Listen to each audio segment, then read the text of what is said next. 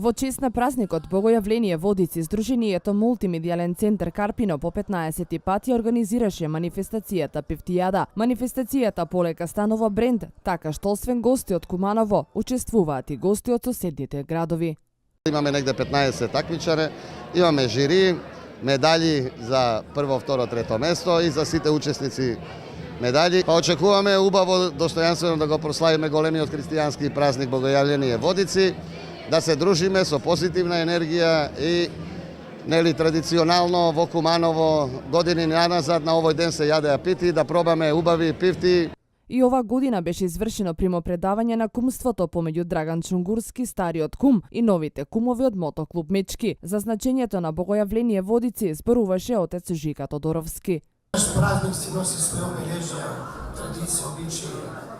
Еве денеска нашите срца и души се полни со ова богојавленска радост која ни се јави Бог на сите, а сите со вера тоа го прифаќаме.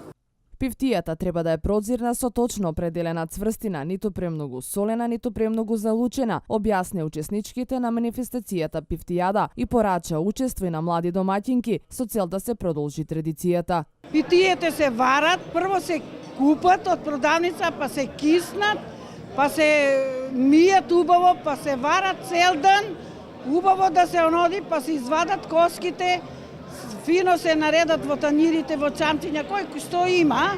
Имам препорака на овие млади, пошто сите се трудат, сите прават, а не знам што не останат да продолжат, пошто ние веќе сме сите стари, возрастни и треба да се настави традицијата.